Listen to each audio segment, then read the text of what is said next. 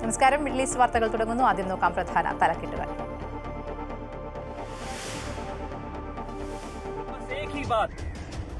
अब की बार सबक ऐसा सिखाएंगे कि इनकी पीढ़ियां याद रखेंगी. ये बदले की भावना नहीं, ये न्याय था. പാക് സൈനിക കേന്ദ്രങ്ങൾ തകർക്കുന്ന ദൃശ്യങ്ങൾ പുറത്തുവിട്ട ഇന്ത്യൻ സൈന്യം നീതി നടപ്പാക്കിയെന്ന അടിക്കുറിപ്പ്.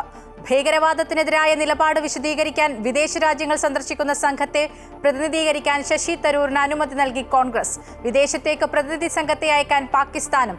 ധനസഹായം നൽകാൻ പാകിസ്ഥാന് മുന്നിൽ കർശന ഉപാധികൾ വെച്ച് IMF.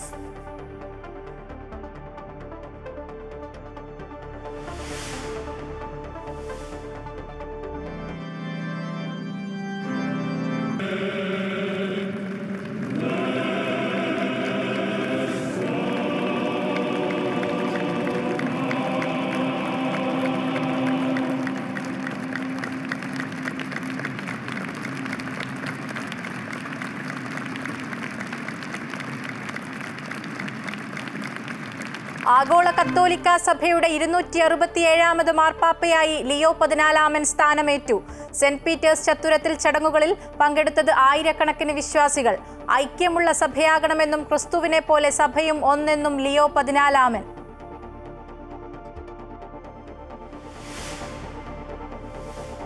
കോഴിക്കോടിനെ നടുക്കി തീപിടിച്ചത് പുതിയ ബസ് സ്റ്റാൻഡിലെ തുണിക്കടയിൽ. ഷോപ്പിംഗ് കോംപ്ലക്സ് പൂർണ്ണമായി കത്തി. 20 കോടിയിലധികം രൂപയുടെ നാശനഷ്ടമുണ്ടായെന്ന് സൂചന.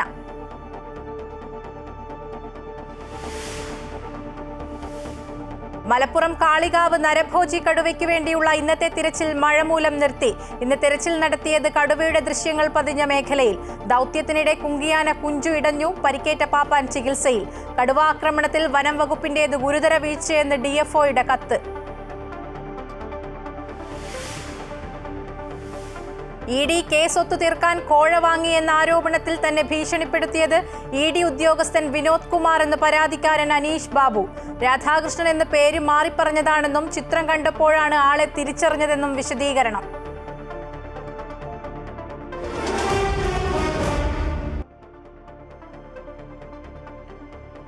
പാക് സേനാ കേന്ദ്രങ്ങൾ തകർക്കുന്ന ദൃശ്യങ്ങൾ പുറത്തുവിട്ട ഇന്ത്യൻ കരസേന നീതി നടപ്പാക്കിയെന്ന അടിക്കുറിപ്പോടെയാണ് വെസ്റ്റേൺ കമാൻഡിന്റെ എക്സിൽ ദൃശ്യങ്ങൾ പങ്കുവച്ചിരിക്കുന്നത്.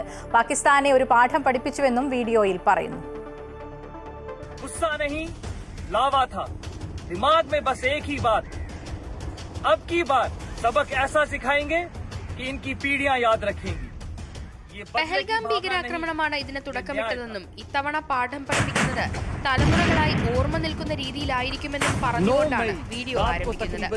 മെയ് 9 രാത്രി 9 മണിക്ക് അതിർത്തിയിൽ വെടിനിർത്തൽ കരാർ ലംഘനം നടത്തിയ എല്ലാ പോസ്റ്റുകളെയും ഇന്ത്യൻ സേന തകർത്തുവെന്നും ശത്രുസേന തങ്ങളുടെ പോസ്റ്റുകൾ വിട്ട് ഓടുന്ന കാഴ്ചയാണ് കാണാൻ കഴിഞ്ഞതെന്നും വീഡിയോയിൽ പറയുന്നു.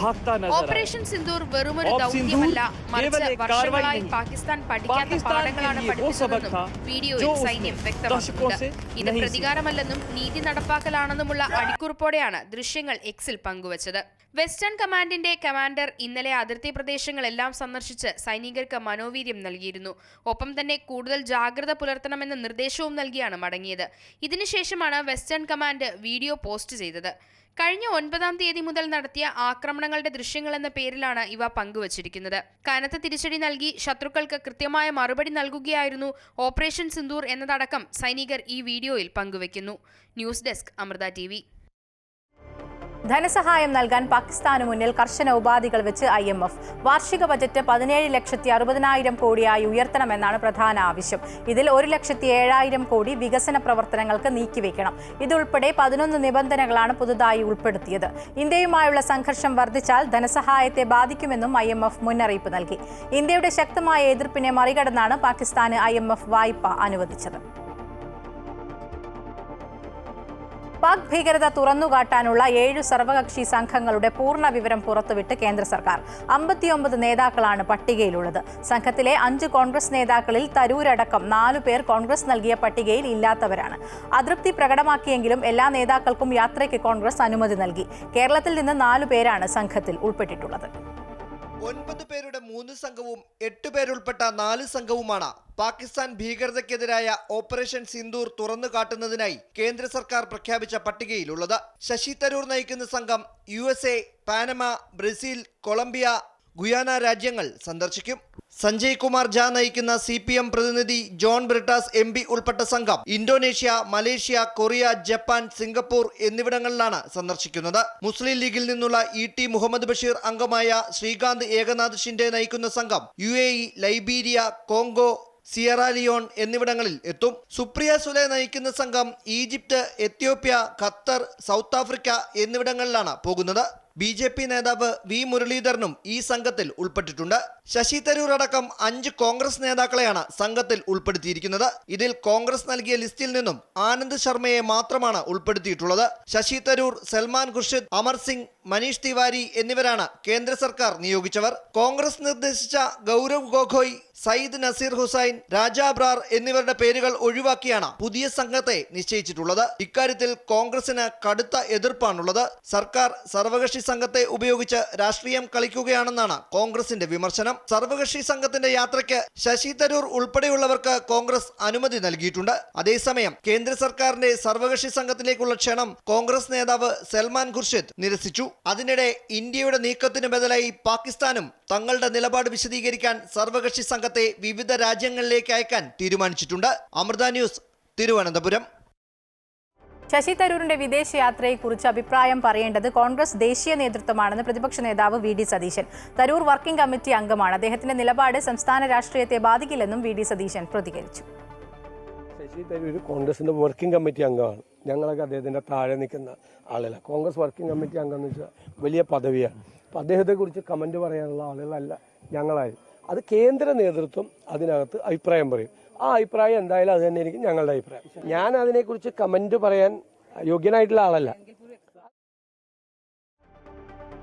പാക് ഭീകരത തുറന്നുകാട്ടാൻ ശശി തരൂരിന്റെ നേതൃത്വത്തിൽ പ്രതിനിധി സംഘത്തെ അയക്കുന്നത് നല്ല കാര്യമാണെന്നും തരൂരിനെ ഉൾപ്പെടുത്തിയത് കോൺഗ്രസ് അംഗീകരിച്ചിട്ടുണ്ടെന്നും പാണക്കാട് സാദിഖ് അലി ശിഹാബ് തങ്ങൾ. പ്രതിനിധി സംഘത്തിന്റെ കാര്യത്തിൽ രാഷ്ട്രീയം നോക്കേണ്ടതില്ല. ഇന്ത്യയുടെ നല്ല ഇടപെടൽ മറ്റു രാജ്യങ്ങളെ ബോധ്യപ്പെടുത്തുകയാണ് പ്രതിനിധി സംഘത്തിന്റെ ലക്ഷ്യമെന്നും തങ്ങൾ കോഴിക്കോട് പറഞ്ഞു. അദ്ദേഹത്തിൻ്റെ കാര്യങ്ങളിൽ കോൺഗ്രസ് ആ കാര്യത്തൊക്കെ അംഗീകരിച്ചിട്ടുണ്ടല്ലോ. ശശി തരൂരിനെ തന്നെ ആ പ്രതിനിധി സംഘത്തെ നിയോഗിച്ചിട്ടുണ്ട്. അത് കോൺഗ്രസ് അവരുടെ നിലപാട് പറഞ്ഞു കഴിഞ്ഞിട്ടുണ്ട്. അതിനപ്പുറത്ത് നമുക്കൊന്നും പറയാനില്ല. കാരണം ഈ കാര്യത്തിൽ ഇന്ത്യയുടെ നിലപാടാണ്. കോഴിക്കോട് നഗരത്തിൽ വൻ തീപിടുത്തം. മാവൂർ റോഡിലുള്ള മൊഫ്യൂസിൽ ബസ് സ്റ്റാൻഡിലെ കാലിക്കറ്റ് ടെക്സ്റ്റൈൽസ് എന്ന തുണിക്കടയിലാണ് വൈകിട്ട് 5 മണിയോടെ തീപിടുത്തമുണ്ടായത്. ബസ് സ്റ്റാൻഡ് കെട്ടിടത്തിലെ 3ാം നിലയിലാണ് ഈ ടെക്സ്റ്റൈൽ പ്രവർത്തിക്കുന്നത്. തീയണയ്ക്കാനായി ശ്രമിക്കുന്നതിനിടെ കെട്ടിടത്തിന്റെ കൂടുതൽ ഭാഗത്തേക്ക് തീ പടർന്നത് കനത്ത വെല്ലുവിളി ഉയർത്തി. നഗരമെങ്ങും കറുത്ത പുക പടർന്നു. കാലിക്കറ്റ് ടെക്സ്റ്റൈൽസ് പൂർണ്ണമായും കത്തിനശിച്ചു. പുതിയ ബസ് സ്റ്റാൻഡ് പരിസരത്തെ ഷോപ്പിംഗ് കോംപ്ലക്സും ഏതാണ്ട് പൂർണ്ണമായി കത്തി. കെട്ടിടത്തിൽ നിന്ന് ആളുകളെ പൂർണ്ണമായും ഒഴിപ്പിച്ചു. ആദ്യം തീപിടിച്ച മെഡിക്കൽ സ്റ്റോറിൽ നിന്ന് കൂടുതൽ കടകളിലേക്ക് തീ പടർന്നുവെന്നാണ് ദൃക്സാക്ഷികൾ വിശദീകരിക്കുന്നത്. സ്റ്റാൻഡിൽ നിന്ന് ബസ്സുകളും എല്ലാം മാറ്റി. ആദ്യ സമയത്ത് തന്നെ ആളുകളെ ഒഴിപ്പിച്ചതിനാൽ ആളപായമില്ല. സമീപ ജില്ലകളിൽ നിന്നും കരിപ്പൂർ വിമാനത്താവളത്തിൽ നിന്നുമുള്ള ഫയർ യൂണിറ്റുകൾ കോഴിക്കോട്ട് എത്തിച്ചു. 20 കോടി രൂപയുടെ നാശനഷ്ടം സംഭവിച്ചുവെന്നാണ് ആദ്യ നിഗമനം. കെമിക്കലും വെള്ളവും മാറി മാറി ഉപയോഗിച്ചാണ് തീ ഒരുവിധം നിയന്ത്രണ വിധേയമാക്കിയത്. തീപിടുത്തത്തിന്റെ കാരണം വിശദമായി അന്വേഷിക്കുമെന്ന് കലക്ടർ പറഞ്ഞു. ഹൈദരാബാദിലെ ചാർമിനാറിന് സമീപം വൻ തീപിടുത്തം. കുട്ടികൾ ഉൾപ്പെടെ 17 പേർ മരിച്ചു. ഷോർട്ട് സർക്യൂട്ടാണ് അപകട കാരണമെന്നാണ് പ്രാഥമിക നിഗമനം. ചാർമിനാറിലെ ഗുൽസാർ ഹൌസിൽ രാവിലെ 6 മണിയോടെയാണ് തീപിടുത്തമുണ്ടായത്. ജനങ്ങൾ തിങ്ങിപ്പാർക്കുകയും ഒപ്പം നിരവധി വ്യാപാര സ്ഥാപനങ്ങളുമുള്ള പ്രദേശമായതുകൊണ്ട് തന്നെ അപകടത്തിന്റെ വ്യാപ്തിയും കൂടി. മുത്തുകൾ വിൽക്കുന്ന കടയിലാണ് ആദ്യം തീപിടുത്തമുണ്ടായത്. താഴത്തെ നിലയിൽ നിന്ന് മുകളിലെ കെട്ടിടത്തിലേക്ക് തീ പടരുകയായിരുന്നു. നിരവധി കുടുംബങ്ങളാണ് ഈ കെട്ടിടത്തിൽ താമസിച്ചിരുന്നത്. അപകടം പുലർച്ചെയായതുകൊണ്ട് തന്നെ പലരും ഉറക്കത്തിലായിരുന്നു. പ്രദേശം പുക കണ്ട് മൂടിയപ്പോഴാണ് അപകടം പുറത്തറിഞ്ഞത്. 12 യൂണിറ്റ് ഫയർഫോഴ്സ് എത്തി തീ അണച്ചെങ്കിലും പുക തിങ്ങി നിറഞ്ഞതിനാൽ കെട്ടിടത്തിൽ കുടുങ്ങിക്കിടക്കുന്ന പലരെയും പുറത്തെടുക്കാൻ കഴിഞ്ഞിരുന്നില്ല. പലരും ശ്വാസം മുട്ടിയാണ് മരിച്ചത്. വീടുകളിലുണ്ടായിരുന്ന ഭൂരിഭാഗം പേരും മരിച്ചതായി മന്ത്രി പൊന്നം പ്രഭാകരൻ വ്യക്തമാക്കി. ഷോർട്ട് സർക്യൂട്ട് జరిగింది.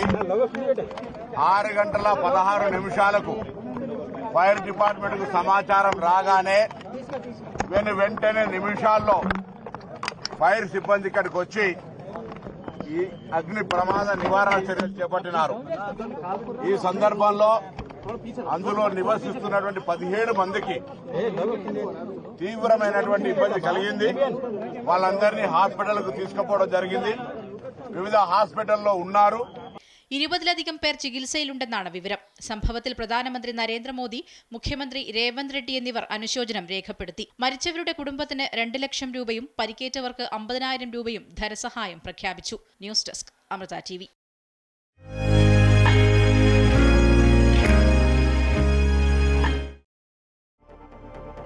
ലിയോ 14 മാർപ്പാപ്പ സ്ഥാനമേറ്റു. സെന്റ് പീറ്റേഴ്സ് ചത്തുരത്തിലെ പ്രധാന വേദിയിലെ ചടങ്ങിന് സാക്ഷിയാകാൻ ആയിരങ്ങളാണ് ഒത്തുകൂടിയത്. സ്നേഹവും ഐക്യവുമാണ് പ്രധാനമെന്ന് ചുമതല ഏറ്റെടുത്ത ശേഷം ലിയോ 14 മാർപ്പാപ്പ പറഞ്ഞു.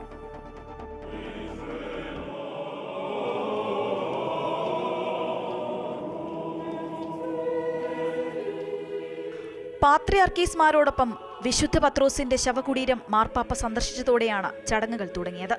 ചടങ്ങുകൾ ആരംഭിക്കുന്നതിന് മുൻപായി തുറന്ന വാഹനത്തിലെത്തി സെന്റ് പീറ്റേഴ്സ് ചത്തുരത്തിൽ ഒത്തുചേർന്ന വിശ്വാസികളെ അദ്ദേഹം ആശീർവദിച്ചു. കുർബാനയ്ക്ക് പാപ്പ കാർമ്മികത്വം വഹിച്ചു. കുർബാന മധ്യേ വലിയ ഇടയന്റെ പാലിയവും ഫിഷർമാൻ റിംഗും ഏറ്റുവാങ്ങി വിശുദ്ധ പത്രോസിന്റെ പിൻഗാമിയായി മാർപ്പാപ്പ സഭയുടെ സാരഥ്യം ഏറ്റെടുത്തു. ക്രിസ്തു ഏകനായിരിക്കുന്നതുപോലെ സഭയും ഏകമാണെന്ന് ലിയോ 14 മാർപ്പാപ്പ പറഞ്ഞു. സ്നേഹത്തിന്റെ സമയമാണെന്നും ഐക്യത്തോടെയും സാഹോദര്യത്തോടെയും മുന്നോട്ടു പോകണമെന്നും കുർബാനയ്ക്ക് ശേഷം വിശ്വാസികളെ അഭിസംബോധന ചെയ്ത് അദ്ദേഹം പറഞ്ഞു.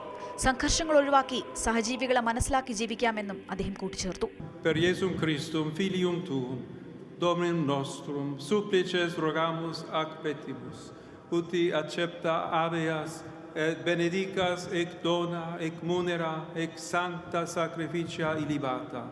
തുടർന്ന് ലോകത്തിന്റെ വിവിധ ഭാഗങ്ങളിൽ നിന്നുള്ള വിശ്വാസികളുടെ പ്രതിനിധികളായി 12 പേർ പാപ്പയോട് കൂറ് പ്രഖ്യാപിച്ചു. സ്ഥാനാരോഹണ ചടങ്ങിൽ 200-ലധികം വിദേശ ഔദ്യോഗിക പ്രതിനിധികളാണ് വത്തിക്കാനിൽ സംഗമിച്ചത്. US vice president JD Vance, state secretary Marco Rubio, Ukraine president Volodymyr Zelensky, Canadian പ്രധാനമന്ത്രി മാർക്ക് കാണി തുടങ്ങിയ ലോക നേതാക്കൾ ചടങ്ങിൽ പങ്കെടുത്തു. രാജ്യസഭ ഡെപ്യൂട്ടി ചെയർമാൻ ഹരിവംശ്, നാഗാലാൻഡ് ഉപമുഖ്യമന്ത്രി യെന്തുങ്കോ പാറ്റൺ എന്നിവരാണ് ഇന്ത്യൻ സംഘത്തെ നയിച്ചത്. സ്ഥാനാരോഹണത്തിന്റെ പശ്ചാത്തലത്തിൽ വത്തിക്കാനിൽ കനത്ത സുരക്ഷയായിരുന്നു ഒരുക്കിയിരുന്നത്. International desk Amrita TV. ED ഉദ്യോഗസ്ഥൻ പ്രതിയായ കൈക്കൂലി കേസിൽ ഗുരുതര വെളിപ്പെടുത്തലുമായി പരാതിക്കാരൻ. എൻഫോഴ്സ്മെന്റ് ഡയറക്ടറേറ്റിലെ വിനോദ് കുമാർ എന്ന ഉദ്യോഗസ്ഥൻ മാനസികമായി പീഡിപ്പിച്ചുവെന്ന് പരാതിക്കാരനായ അനീഷ് ബാബു ആരോപിച്ചു. ED ഉദ്യോഗസ്ഥരിൽ നിന്ന് സമാന അനുഭവമുണ്ടായ മറ്റു പലരെയും തനിക്കറിയാമെന്നും അനീഷ് വ്യക്തമാക്കി. അതേസമയം കൈക്കൂലി സംഭവത്തിൽ എൻഫോഴ്സ്മെന്റ് ഡയറക്ടറേറ്റ് ആഭ്യന്തര അന്വേഷണം തുടങ്ങി.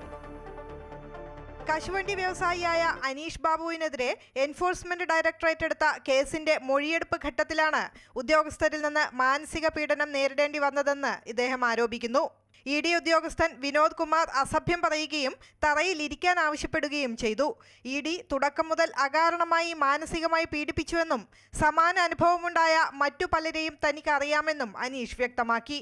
ഉദ്യോഗസ്ഥന്റെ ഫോട്ടോ കണ്ടപ്പോഴാണ് പേര് വിനോദ് കുമാർ എന്നാണെന്ന് അനീഷിന് ബോധ്യപ്പെട്ടത്. ഇതാണോ? ഇത് തന്നെയാണ്.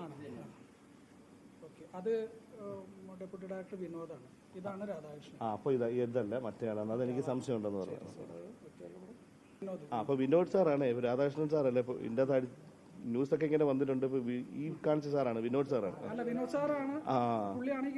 അതെ, ഈ ഫോട്ടോ അപ്പോഴും നിങ്ങൾ ആരെങ്കിലും ഒരാൾ കാണിച്ചായിരുന്നെങ്കിൽ ഞാൻ പറഞ്ഞേനെ. പരാതിക്കാരന്റെ മൊഴിയുടെ അടിസ്ഥാനത്തിൽ മാത്രം തുടർ നടപടി സ്വീകരിക്കുന്നത് തിരിച്ചടിയാകുമെന്നാണ് വിജിലൻസിന്റെ വിലയിരുത്തൽ.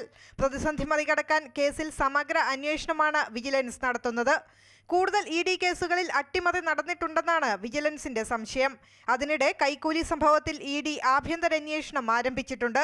കൊച്ചി സോണൽ ഓഫീസിനോട് ED ഡയറക്ടർ റിപ്പോർട്ട് തേടിയിരിക്കുകയാണ്. അമൃത ന്യൂസ്, കൊച്ചി.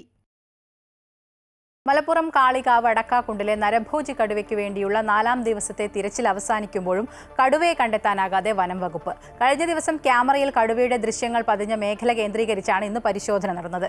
കടുവയുടെ സാന്നിധ്യം മനസ്സിലാക്കാനായി പ്രദേശത്ത് റിയൽ ടൈം മോണിറ്ററിംഗിനുള്ള ലൈവ് ക്യാമറ സ്ഥാപിച്ചു. അതേസമയം കുങ്കിയാന കുഞ്ചുവിന്റെ ആക്രമണത്തിൽ പരിക്കേറ്റ പാപ്പാൻ ആശുപത്രിയിൽ ചികിത്സയിലാണ്. ക്യാമറ ട്രാപ്പുകൾ, കൂടുകൾ, തെർമൽ ഡ്രോൺ, റിയൽ ടൈം മോണിറ്ററിങ്ങിനുള്ള ലൈവ് ക്യാമറ തുടങ്ങി എല്ലാ സജ്ജീകരണങ്ങളും ഒരുക്കിയാണ് കടുവയ്ക്കായുള്ള 4ാം ദിവസത്തെ തിരച്ചിൽ നടന്നത്. കഴിഞ്ഞ ദിവസം വനംവകുപ്പിന്റെ ക്യാമറയിൽ കടുവയുടെ ദൃശ്യം പതിഞ്ഞ അതേ പ്രദേശത്താണ് ഡോക്ടർ അരുൺ സക്കറിയയുടെ നേതൃത്വത്തിലുള്ള 20 പേർ അടങ്ങുന്ന 3 RRT സംഘം പരിശോധന നടത്തിയത്. എന്നാൽ കടുവയെ കണ്ടെത്താൻ ഇന്നും സാധിച്ചില്ല. ശക്തമായ മഴയെ തുടർന്ന് ദൗത്യസംഘം വൈകിട്ടോടെ മടങ്ങി. കടുവയ്ക്കായുള്ള തിരച്ചിൽ ഊർജിതമാണെന്നും കടുവയെ പിടികൂടാൻ സാധിക്കുമെന്നതിൽ 100% ഉറപ്പുണ്ടെന്നും നിലമ്പൂർ സൗത്ത് DFO ധനിക് ലാൽ പറഞ്ഞു. നമ്മൾ ഇപ്പോഴും ടീം അവിടെ തിരഞ്ഞുകൊണ്ടിരിക്കുകയാണ്. കഴിഞ്ഞ ദിവസം നിങ്ങൾക്കറിയാവുന്ന പോലെ അതിൻ്റെ പ്രസൻസ് നമുക്ക് കിട്ടിയിട്ടുള്ളതാണ്. ഇന്ന് നമ്മൾ കുറച്ചധികം ലൈവ് ബെയ്റ്റ്സ് കൂടുതലായി അവിടെ വച്ച് അങ്ങനത്തെ രീതിയിലാണ് നമ്മൾ ഓപ്പറേഷൻസ് പുരോഗമിക്കുന്നത്. ഒരുവിധം പ്രായമായിട്ടുള്ള കടുവയാണ്. 12 വയസ്സ് ഉള്ള കടുവയാണ് നമുക്ക്. ഇതിന് നമുക്ക് നേരത്തെ ഓൾറെഡി ഇന്നലെ ഡോക്ടർ പറഞ്ഞാൽ ഓൾറെഡി നമ്മൾ റിപ്പോർട്ടഡ് ആയിട്ടുള്ളൊരു കടുവയാണത്. വേറെ സ്ഥലത്ത് റിപ്പോർട്ടഡ് ആയിട്ടുള്ള കടുവയാണ്, ഡാറ്റാബേസിലുള്ള കടുവയാണ്. അതേസമയം ദൗത്യത്തിനെത്തിച്ച കുങ്കിയാന കുഞ്ചുവിന്റെ ആക്രമണത്തിൽ പരിക്കേറ്റ പാപ്പാൻ വണ്ടൂർ സ്വകാര്യ ആശുപത്രിയിൽ ചികിത്സയിലാണ്. മൂന്നാർ സ്വദേശിയായ ചന്തു എന്ന പാപ്പാനെ ആന കൊമ്പുകൊണ്ട് എടുത്തെറിയുകയായിരുന്നു. പാപ്പാന്റെ കഴുത്തിനാണ് പരിക്കേറ്റത്. ദൗത്യത്തിനെത്തിച്ച കുങ്കിയാനകളായ കോന്നി സുരേന്ദ്രൻ, കുഞ്ചു എന്നിവയെ മെഡിക്കൽ ടീം പരിശോധിക്കുമെന്നും കടുവയെ കണ്ടെത്തിയ ശേഷം ആനകളെ ദൗത്യത്തിനിറക്കുമെന്നും DFO പറഞ്ഞു. അമൃത ന്യൂസ്, മലപ്പുറം. മലപ്പുറം കാളികാവിലെ കടുവ ആക്രമണത്തിൽ വനംവകുപ്പിന്റേത് ഗുരുതര വീഴ്ചയെന്ന് തെളിയിക്കുന്ന കത്ത് പുറത്ത്. പ്രദേശത്ത് കടുവയുടെ സാന്നിധ്യമുണ്ടെന്ന് മുന്നറിയിപ്പ് നൽകിക്കൊണ്ട് Nilambur south DFO chief wildlife വാർഡന് 2 തവണ കത്തയച്ചെങ്കിലും നടപടിയുണ്ടായില്ല. കടുവയെ പിടികൂടാൻ കൂട് സ്ഥാപിക്കണമെന്നായിരുന്നു കത്തിലെ ആവശ്യം. കഴിഞ്ഞ മാർച്ച് 12-നാണ് കാളികാവ്, കരുവാരക്കുണ്ട് പ്രദേശങ്ങളിൽ കടുവയുടെ സാന്നിധ്യമുണ്ടെന്നും കടുവയെ പിടികൂടാൻ കൂട് സ്ഥാപിക്കണമെന്നും ആവശ്യപ്പെട്ടുകൊണ്ട് Nilambur south DFO Dhanik Lal chief wildlife വാർഡന് ആദ്യം കത്ത് നൽകുന്നത്. കടുവയുടെ സാന്നിധ്യമുണ്ടെന്ന വിവരത്തെ തുടർന്ന് ടെക്നിക്കൽ കമ്മിറ്റി പരിശോധന നടത്തിയതായും സാന്നിധ്യം സ്ഥിരീകരിച്ചതായും കത്തിൽ പറയുന്നു. ആളുകളുടെ ജീവനും സ്വത്തിനും ഭീഷണിയുള്ളതിനാൽ ശക്തമായ പ്രതിഷേധമുണ്ടെന്നും വണ്ടൂർ MLA ഇക്കാര്യം നിയമസഭയിൽ ചോദ്യോത്തരവേളയിൽ അവതരിപ്പിച്ചതായും ടെക്നിക്കൽ കമ്മിറ്റി നൽകിയ റിപ്പോർട്ടിൽ പറയുന്നുണ്ട്. അതിനാൽ ജനങ്ങളുടെ ജീവനും സ്വത്തിനും ഭീഷണിയായ ഈ കടുവയെ കൂടുവെച്ച് പിടികൂടണമെന്നും ഉൾക്കാട്ടിലേക്ക് തുറന്നുവിടണമെന്നുമാണ് റിപ്പോർട്ടിലെ ആവശ്യം. എന്നാൽ അന്ന് ചീഫ് വൈൽഡ് ലൈഫ് വാർഡന്റെ ഭാഗത്ത് നിന്ന് യാതൊരു നടപടിയും ഉണ്ടാകാത്തതിനെ തുടർന്ന് ഏപ്രിൽ 2-ന് വീണ്ടും DFO കത്തയക്കുകയായിരുന്നു. കടുവയുടെ ആക്രമണത്തിൽ ഒരാൾ കൊല്ലപ്പെട്ട് ജനങ്ങൾ പ്രതിഷേധം ശക്തമാക്കിയതോടെയാണ് വനംവകുപ്പ് കടുവയെ മയക്കുവെടിവെച്ച് പിടികൂടാനുള്ള ദൗത്യം ആരംഭിച്ചത്. ഈ നടപടി വനംവകുപ്പ് മുമ്പേ സ്വീകരിച്ചിരുന്നുവെങ്കിൽ ഒരു കുടുംബത്തിന്റെ ഏക ആശ്രയമായ ഗഫൂറിന് ജീവൻ നഷ്ടപ്പെടില്ലായിരുന്നു. അമൃത ന്യൂസ്, മലപ്പുറം. ഈ വർഷത്തെ ഹജ്ജ് സീസൺ ആരംഭിച്ച ശേഷം ഇതുവരെ 5 ലക്ഷത്തിലേറെ വിദേശ തീർത്ഥാടകർ പുണ്യഭൂമിയിലെത്തിയതായി സൗദി ഹജ്ജ് ഉംറ മന്ത്രാലയം അറിയിച്ചു. ഇതുവരെ 5,04,600 തീർത്ഥാടകരാണ് പുണ്യഭൂമിയിലെത്തിയത്. ഈ വർഷം ഹജ്ജ് വിസ അനുവദിക്കപ്പെട്ടവരിൽ 36% പേർ ഇതിനകം സൗദിയിലെത്തി. വിദേശ തീർത്ഥാടകരിൽ 10,100 പേർ കരമാർഗവും 4,93,100 പേർ വിമാനമാർഗവും 1,400 പേർ കപ്പൽ മാർഗവുമാണ് എത്തിയതെന്നും ഹജ്ജ് ഉംറ മന്ത്രാലയം വ്യക്തമാക്കി. ഇന്ത്യയിൽ നിന്ന് ഇതുവരെ ഏകദേശം 60,000-ൽ കൂടുതൽ ഹജ്ജ് തീർത്ഥാടകർ ഹജ്ജ് കർമ്മത്തിനായി പുണ്യഭൂമിയിൽ എത്തിക്കഴിഞ്ഞു. വിനോദസഞ്ചാരികളുടെയും UAE നിവാസികളുടെയും ഇഷ്ടയിടമായ ദുബായ് ഗ്ലോബൽ വില്ലേജിന്റെ ഇത്തവണത്തെ സീസൺ അവസാനിച്ചു. പുതിയ പതിപ്പിനായുള്ള ഒരുക്കങ്ങളിലേക്ക് ഗ്ലോബൽ വില്ലേജ് അധികം താമസിയാതെ കടക്കും. ഇന്ത്യയടക്കം വിവിധ രാജ്യങ്ങളുടെയും സ്ഥാപനങ്ങളുടെയും ഉൾപ്പെടെ 30 പവലിയനുകളാണ് ഇത്തവണ ഗ്ലോബൽ വില്ലേജിൽ ഉണ്ടായിരുന്നത്. വിവിധ രാജ്യങ്ങളിലെ പ്രാദേശിക ഭക്ഷണ വിഭവങ്ങൾ ലഭിക്കുന്ന 100 കണക്കിന് ഭക്ഷണശാലകളും കുട്ടികൾക്കും മുതിർന്നവർക്കും ആസ്വദിക്കാനാകുന്ന വിനോദ ഇടങ്ങളുമാണ് ആഗോള ഗ്രാമത്തിന്റെ പ്രധാന ആകർഷണം. നേരത്തെ മെയ് 11-നാണ് ഗ്ലോബൽ വില്ലേജ് സീസൺ അവസാനിക്കേണ്ടിയിരുന്നത്. സന്ദർശകരുടെ ആവശ്യം പരിഗണിച്ച് ഒരാഴ്ച കൂടി നീട്ടുകയായിരുന്നു. ഫുജൈറയിൽ അനുവദിച്ചിട്ടുള്ള സ്ഥലങ്ങളിലൂടെ അല്ലാതെ റോഡ് കുറുകെ കടന്നാൽ 400 ദിർഹം പിഴ ലഭിക്കും. ഫുജൈറ ജനറൽ പോലീസ് കമാൻഡാണ് പൊതുജനങ്ങളുടെ സുരക്ഷ മുൻനിർത്തി കർശനമായ നിർദ്ദേശം പുറപ്പെടുവിച്ചത്. അപകടമില്ലാതെ വാഹനങ്ങൾ ഓടിക്കുക, റോഡ് ഉപയോഗിക്കുന്ന കാൽനടക്കാരുൾപ്പെടെയുള്ളവരുടെ സുരക്ഷ ഉറപ്പുവരുത്തുക എന്ന സന്ദേശവുമായി ബോധവൽക്കരണ ക്യാമ്പയിൻ ഫുജൈറയിൽ നടന്നുവരികയാണ്. കാൽനട യാത്രക്കാർക്ക് റോഡ് കുറുകെ കടക്കാൻ അവകാശമുണ്ട് എന്ന പ്രമേയത്തിലാണ് ക്യാമ്പയിൻ. അനുവദനീയമല്ലാത്ത സ്ഥലങ്ങളിലൂടെ റോഡ് മുറിച്ചു കടക്കുന്നത് ഏറിവരുന്ന പശ്ചാത്തലത്തിൽ കൂടിയാണ് അധികൃതർ പിഴ ശിക്ഷ ഉൾപ്പെടെയുള്ള കാര്യങ്ങൾ ഓർമ്മിപ്പിക്കുന്നത്.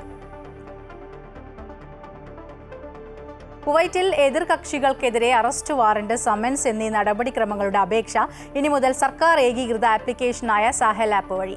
നീതിന്യായ മന്ത്രാലയമാണ് ഇക്കാര്യം അറിയിച്ചത്. സഹൽ ആപ്പിലെ റിമോട്ട് എക്സിക്യൂഷൻ അപേക്ഷകളുടെ പട്ടികയിലാണ് പുതിയ സേവനം ഉൾപ്പെടുത്തിയിരിക്കുന്നത്. ഇത് പ്രകാരം എതിർകക്ഷികൾക്കെതിരെ കോടതി പുറപ്പെടുവിച്ച സമൻസ്, അറസ്റ്റ് വാറന്റ് എന്നിവ നടപ്പിലാക്കുവാൻ പരാതിക്കാരന് സഹൽ ആപ്പ് വഴി അപേക്ഷ സമർപ്പിക്കാൻ കഴിയും.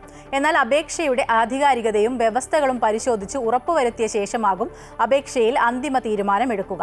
വായ്പ, കടം മുതലായ സാമ്പത്തിക ഇടപാടുകൾ തിരിച്ചടക്കുന്നതിൽ വീഴ്ച വരുത്തുന്നവർക്ക് എതിരെ യാത്രാ നിരോധനം ഏർപ്പെടുത്താൻ കഴിഞ്ഞ ദിവസം സഹൽ ആപ്പിൽ പുതിയ സേവനം ആരംഭിച്ചിരുന്നു. ഇതിന് പിന്നാലെയാണ് നീതിന്യായ മന്ത്രാലയം പുതിയ സേവനം കൂടി ആരംഭിച്ചിരിക്കുന്നത്.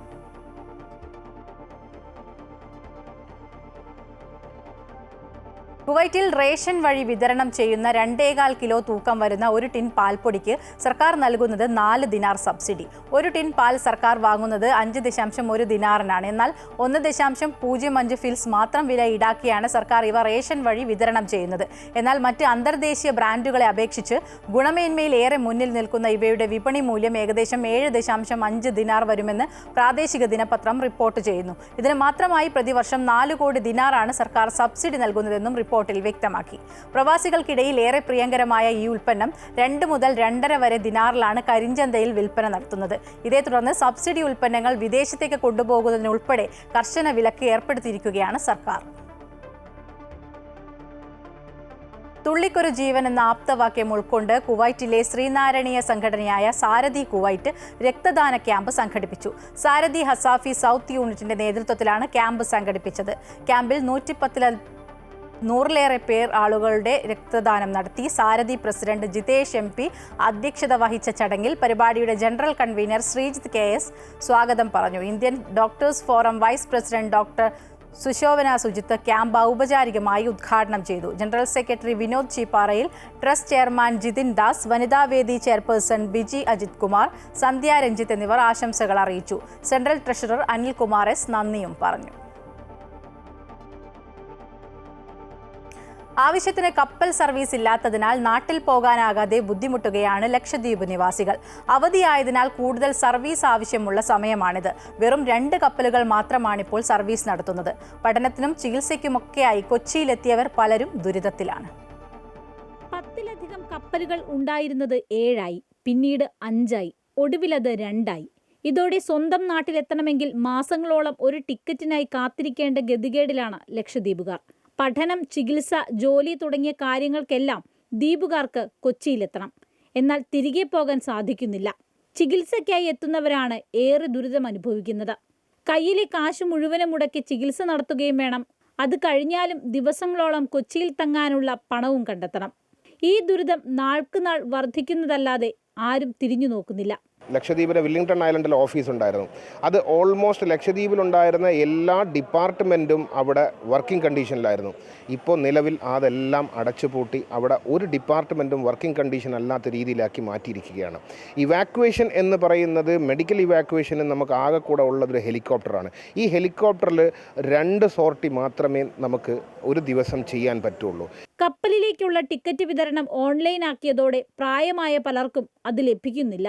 തട്ടിപ്പുകാരും ഇതിനിടയിലുണ്ടെന്നാണ് ദ്വീപ് നിവാസികളുടെ ആരോപണം. മൊത്തമായി ടിക്കറ്റ് വാങ്ങി കരിഞ്ചന്തയിൽ 3-4 ഇരട്ടി വിലയ്ക്ക് വിൽക്കുന്നു. സ്വന്തം നാട്ടിൽ കാലുകുത്താൻ ഒരുപാട് ദുരിതങ്ങൾ സഹിക്കേണ്ടി വരികയാണ് ഇവർ. ഞങ്ങൾ വന്നിട്ട് 1 മാസം ആറായി. ഇതുവരെയായിട്ട് ലക്ഷദ്വീപിലെ പോകാൻ ടിക്കറ്റില്ല. ട്രീറ്റ്മെൻറ്റ് ആവശ്യത്തിനാണ് വന്നത്. കുടുംബമൊക്കെ ഉണ്ട്.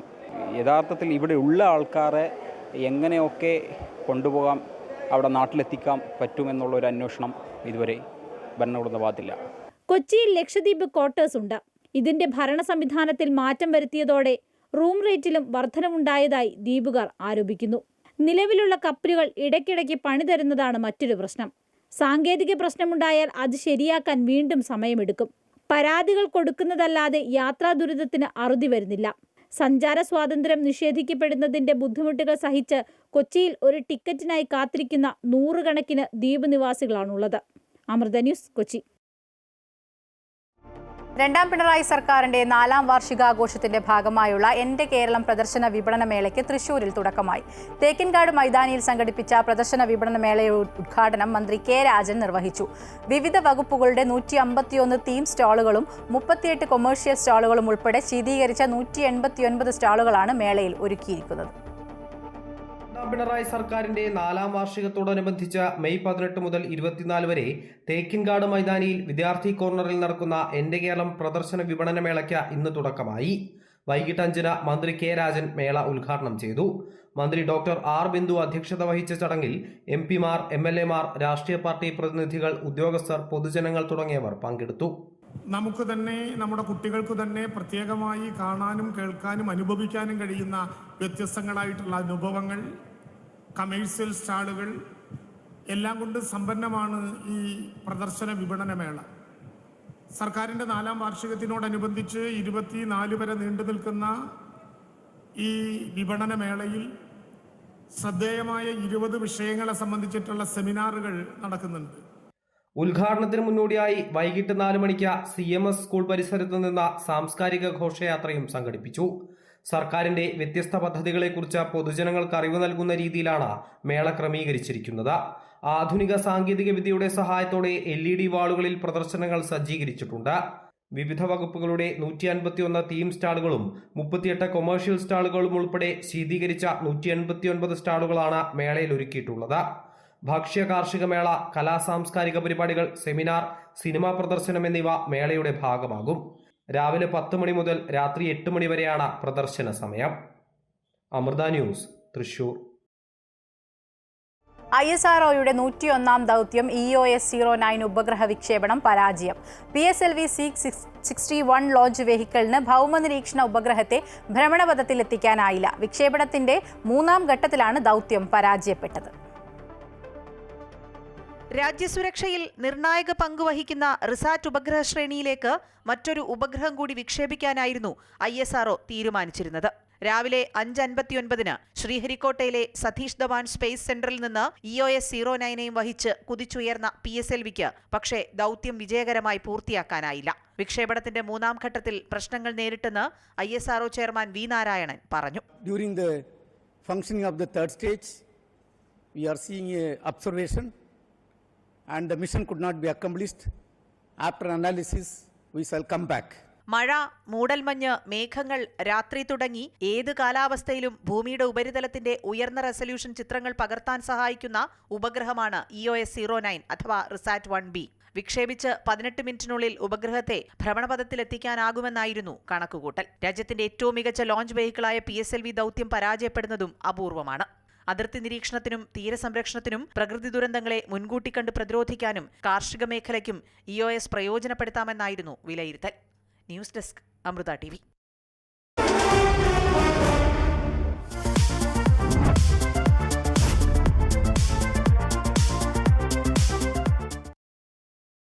IPL-ൽ രാജസ്ഥാൻ റോയൽസിന് 10ാം തോൽവി. പഞ്ചാബ് കിങ്സ് ഉയർത്തിയ 220 റൺസ് വിജയലക്ഷ്യം പിന്തുടർന്ന രാജസ്ഥാന് 7 വിക്കറ്റ് നഷ്ടത്തിൽ 209 റൺസ് എടുക്കാനേ സാധിച്ചുള്ളൂ. പഞ്ചാബിന് വേണ്ടി ഹർപ്രീത് ബ്രാർ 3 വിക്കറ്റ് നേടി. 37 പന്തിൽ 70 റൺസ് എടുത്ത നെഹർ വതേരയാണ് പഞ്ചാബിനെ മികച്ച സ്കോറിലേക്ക് എത്തിച്ചത്.